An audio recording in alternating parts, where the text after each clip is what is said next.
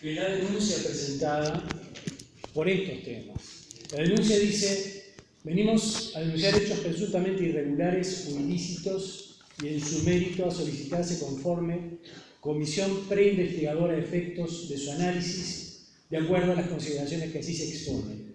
Y las consideraciones tienen que ver con esto que estamos escuchando acá, respecto a lo que voy a tratar de hacer una síntesis antes de habilitar las preguntas y las intervenciones de ustedes. Yo creo que hay tres grandes temas que están presentes y lo escuché en cada uno de los tres expositores. Uno es la política de archivos o los archivos y la política, y escuchamos ahí la importancia que tiene la voluntad política para tratar de que de los archivos surja la verdad necesaria para avanzar en las causas vinculadas a los derechos humanos y en general para reconocer nuestra historia como sociedad, nuestra historia y nuestra memoria. Un segundo tema que yo lo encuadro en términos muy generales como libertad sindical. ¿En qué sentido? Si hay infiltrados, si hay espías en organizaciones sindicales, lo que se afecta es la libertad sindical. La posibilidad que una organización gremial tiene de defender sus intereses es afectada si se estorba, si se perturba, precisamente con la intervención de esos artilugios, esos artefactos, espías, infiltrados, gente que escucha, gente que transmite cierta información. Por lo tanto, es un tema de libertad y concreta y específicamente, en algún caso específico, de libertad sindical. Y otro tema, otro concepto que yo escuché también reiterado en los tres expositores, la exigencia, exigir como actitud frente al problema. No es esperar, no tener una actitud pasiva, ni siquiera pedir, que la exigencia supone una intensidad del reclamo. Exigir que esto no siga ocurriendo. Y de eso entonces yo saco la posibilidad de vincularlo con esta comisión preinvestigadora que se solicita que se instale, porque de alguna manera se encuadra en esta exigencia. Es necesario que el control parlamentario ingrese en ese coto cerrado, como decía Mirta, en esos poderes fácticos de los militares de los que tenemos sobradas muestras, para que la democracia se defienda a sí mismo y esto no quede como una anécdota más. Inteligencia militar. ¿Qué cosa es? Sabemos qué cosa es la inteligencia militar lícita. Eso está establecido en un decreto que dice que inteligencia es el proceso sistemático de búsqueda, recolección, evaluación y análisis de información cuya finalidad es producir conocimiento útil para la toma de decisiones a nivel gubernamental. Está claro que la inteligencia militar de la que hablamos no encaja en esta definición porque no hay una regulación de parte del Poder Ejecutivo. Este mismo decreto dice: el Poder Ejecutivo fijará los lineamientos estratégicos y objetivos generales de la política de inteligencia nacional para alcanzar fines y objetivos nacionales. De lo que se trata acá, da toda la impresión, es del ejercicio de inteligencia militar ilícito, contrario a los objetivos nacionales, y de lo que se trata entonces es descubrir a favor de qué objetivos sectoriales, incluso más específica y más ilustradamente, a favor de qué objetivos antinacionales, antisindicales, sabemos, antisociales, antidemocráticos en definitiva. El tema es de singular trascendencia entonces: espionaje militar en democracia. Habilita suficientemente la investigación parlamentaria. Lo establece el artículo 120 de la Constitución de la República y la ley que reglamenta las comisiones investigadoras, que dice que se podrán investigar hechos ilícitos, no con la intención de sancionar penalmente, no es esa la función de las comisiones parlamentarias, pero sí con la posibilidad de pasar los antecedentes a la justicia penal a sus efectos. Así dice la ley. O sea, imaginamos una comisión parlamentaria que, más allá de si uno pueda ser más optimista o más pesimista respecto al grado de avance, llegue a un punto en el que identifique, determine la ilicitud, vea la naturaleza penal de la ilicitud y transfiera esa información a la justicia penal para las responsabilidades penales consecuentes. Esa comisión además tiene potestad como para ingresar en toda la actividad administrativa de los gobiernos. Entonces uno tiene que pensar, si el tema es este, de la actuación de los servicios en forma ilícita, de toda la actuación del Poder Ejecutivo desde el 85 y acá sin una interrogación. ¿Hasta cuándo? Precisamente no lo sabemos. Desde el 85 tal vez hasta hoy. Si es hasta hoy, esta conversación está siendo grabada, aviso, y está siendo registrada en algún lugar. Es así, esa es, me parece, la dimensión del problema. Pero entonces, incluso dice la ley sobre comisiones investigadoras que pueden ingresar en el territorio, incluso dice de los actos de gobierno. El parlamentario no puede encontrar una frontera en el Poder Ejecutivo ni ninguna, digamos, excusa que le impida ingresar con su mirada de investigador parlamentario. Eso incluye aquella figura tanto antigua de los actos de gobierno, pero quiere decir, aún el cerno, el centro de la cuestión más política y más esencial de los gobiernos, tienen que estar sometidas a la observación del investigador parlamentario. Eso nos lleva a identificar al mando superior de todas las Fuerzas Armadas, que señala la Constitución en el artículo 168. El mando superior lo integra el presidente actuando en acuerdo con el ministro de Defensa Nacional. Por lo tanto, la primera tarea, se me ocurre, ¿no? por sugerir algo que una comisión investigadora puede hacer, es tener un listado de todo el mando superior de las Fuerzas Armadas del 85 hasta ahora.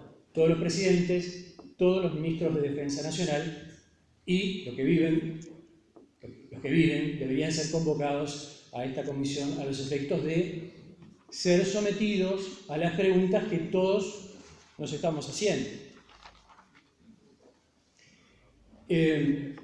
Pequeños detalles sobre lo que vimos respecto del archivo Castiglione, que nosotros le damos desde la perspectiva del Observatorio Luz Ibarburu como patrocinadores de denuncia, una doble dimensión. Por un lado, prueba para las causas judiciales penales de la dictadura, pero por otro lado, algo que transciende notoriamente a los delitos de la dictadura, como son los delitos en democracia.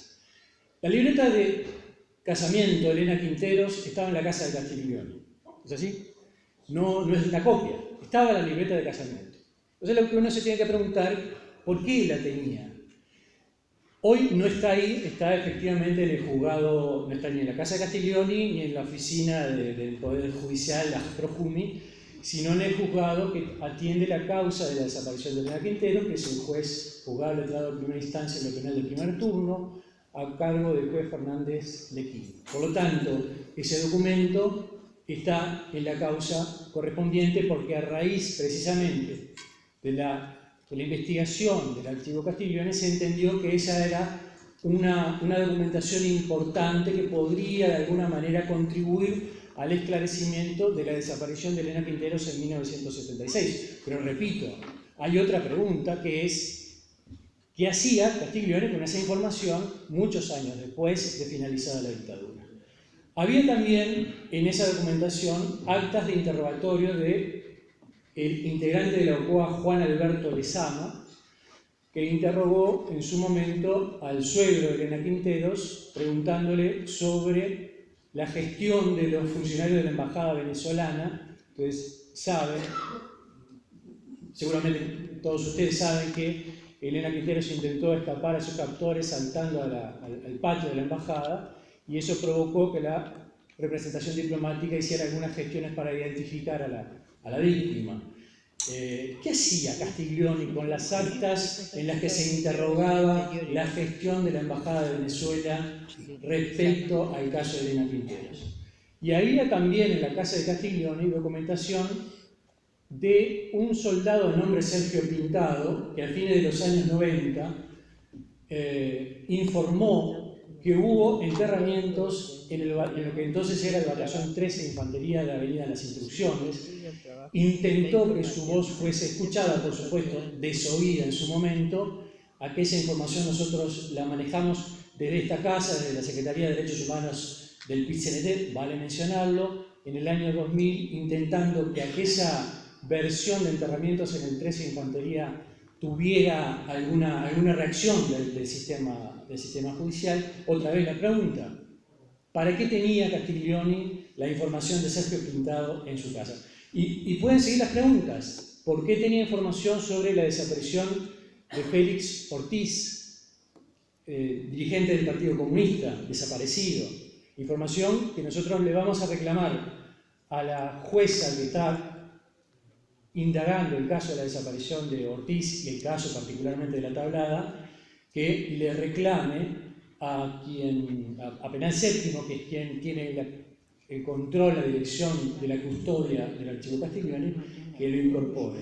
Que hacía la foto del grupo de artillería antiaérea, uno de los pocos lugares donde se están realizando trabajos de antropología y arqueología en el terreno. ¿Para qué tenía la fotografía antiaérea en su casa? ¿Por qué tenía la documentación de Glauco Llanón, encargado especialmente de la represión al Partido Comunista?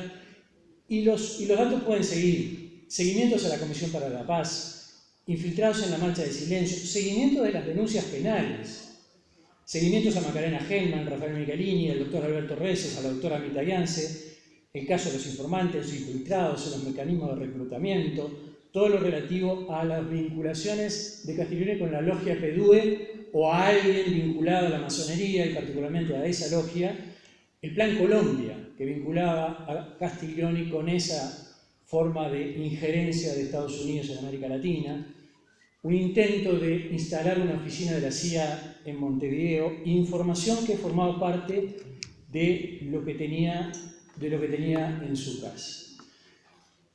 Son muchas preguntas que tienen una primera y que es el titular: ¿quién custodia a los que custodian? ¿Quién vigila a los que vigilan? Una máxima latina que está en los albores de los tiempos y que nos pone frente al problema del ojo que mira, del vigilante que observa y hace algo con esa información que tiene, cometiendo en ese caso, decía yo, un elenco de ilícitos penales, sin pretensión de agotarlos, pero imaginando la posibilidad de que en otra etapa haya transferencia de los antecedentes de la Comisión Parlamentaria al Poder Judicial. Habría que investigar los delitos contra la administración pública, porque por lo menos abuso de función, por lo menos. Si hay uso de dineros públicos, porque si se detecta que hubo reclutamiento y pago de dinero a informantes, habría que investigar también los delitos contra la administración pública en términos del uso de dineros públicos o la corrupción. Los delitos contra la libertad, obviamente que son los primeros que saltan. La interceptación telefónica, que es un delito. Los delitos contra la inviolabilidad del domicilio. Hubo un caso que publicó Lixi que a mí me llamó mucho la atención, que fue el ingreso a todos los apartamentos de un edificio en ocasión, y esto también es muy interesante, de lo que había ocurrido en La Tablada, en Argentina, en el cuartel de La Tablada en 1989. Un grupo de izquierda, el Movimiento Todos por la Patria, tiene la información de que iba a haber una revuelta militar año 89 en Argentina y decide ingresar al predio militar. Fue una carnicería, los torturaron, los ejecutaron. Algunos están desaparecidos desde entonces, desaparecidos en democracia. Se ha manejado desde siempre que esa información fue un producto de una elaboración de inteligencia militar argentina para terminar con el movimiento Todos por la Patria y efectivamente los liquidaron. Pero que inteligencia militar uruguaya estuviera investigando acá, vinculado con eso, nos habla de otra cosa que se parece mucho al cóndor, y seguramente es el cóndor en democracia. Es decir, la alianza que trasciende fronteras otra vez, y en este caso alianza ilícita. Preguntas. Buscando argentinos que podían haberse escondido acá en Uruguay, a raíz de eso. Exactamente. Bueno, el caso Barrios, del que hace poco tuvimos la noticia de la transferencia de 2 condenados por Chile a Uruguay, es otro ejemplo.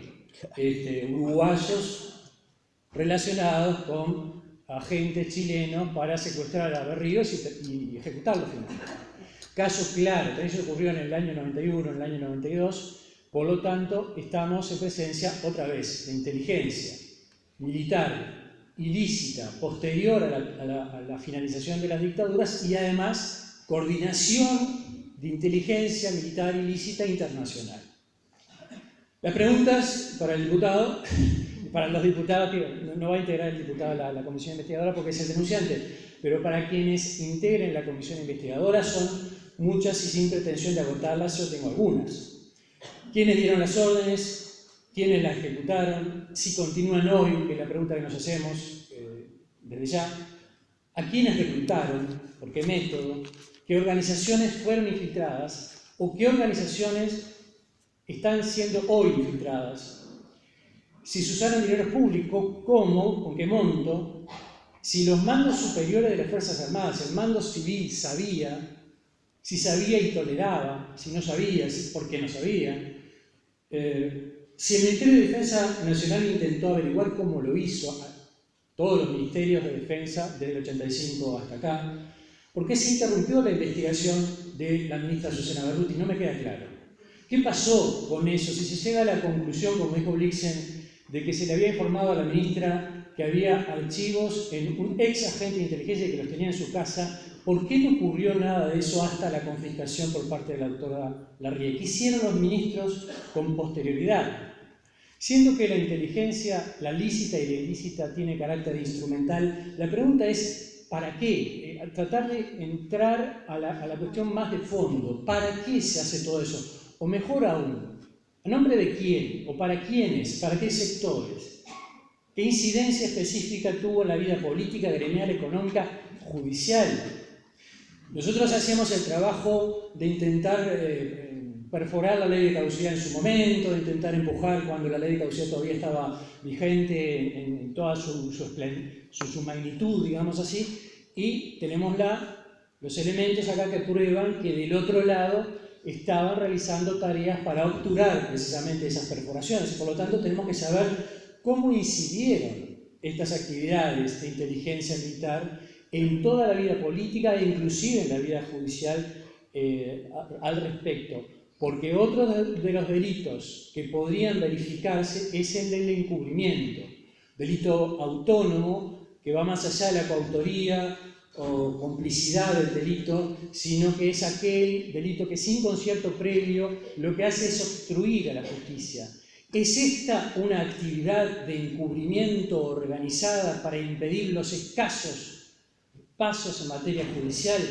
No encontraremos acá la explicación acerca de por qué Uruguay está tan atrasado en la materia, además de otras explicaciones, porque ciertamente la ley de caducidad fue un encubrimiento de parte del propio legislador, que en el año 86 encubrió el crimen de las dictaduras. Pero en todo caso, tenemos que saber qué resultado, qué incidencia tuvo esa recolección de información, para la que se pincharon teléfonos, para las que se escucharon conversaciones, para las que se reclutó gente. ¿Se adoptaron decisiones estatales, me pregunto, basadas en esta inteligencia militar ilícita? Quiero decir, ¿algún gobierno en alguna ocasión concretamente adoptó alguna medida en particular? En tal caso, ¿cuáles fueron esas medidas que tuvieran como antecedente la ilicitud? Recién nos enteramos de una. A la doctora Mirta Gianse le impedían el traslado porque los servicios decían que no debía ser trasladada. Pero entonces estamos en presencia de una actividad ilícita influyendo en los poderes públicos, lo que es gravísimo. Pero seguramente debe haber claro, ejemplos. Hay. No te quiero cortar, pero hay. Naturalizada, quiero decir, era normal. Era normal, además. Sí. Nadie le importaba eso, no importaba nada. Exactamente. Por eso me parece que lo que reclamamos acá es el control parlamentario para una investigación profunda. No para una investigación superficial, eso sería un gran fracaso de la institucionalidad. Para una investigación que entienda la dimensión dramática que el asunto tiene, porque se trata de la defensa de la libertad, sin exagerar. De eso estábamos hablando. Se trata del combate real a la impunidad del terrorismo de Estado. Se trata, en definitiva, de la promoción y defensa de los derechos humanos. Es decir, o la democracia se defiende a sí misma o no es. Pero ese control parlamentario, y yo quiero decirlo en estos términos, en esta casa, debe estar exigido, que es el verbo que se utilizó muchas veces acá, exigido por el control popular, exigido por el control cívico, exigido por el control de las organizaciones populares, que deben reclamar del control parlamentario en su momento, del control judicial en su otro momento, deben reclamar la defensa contra estas formas de la hipervigilancia liberticida, sea cual fuere, sea de la inteligencia militar ilícita que mantiene sus rasgos característicos de la dictadura y no los ha cambiado, sea lo del hipercontrol policial sin ley y desbocado que también nos debe llamar a cuidado y a reflexión.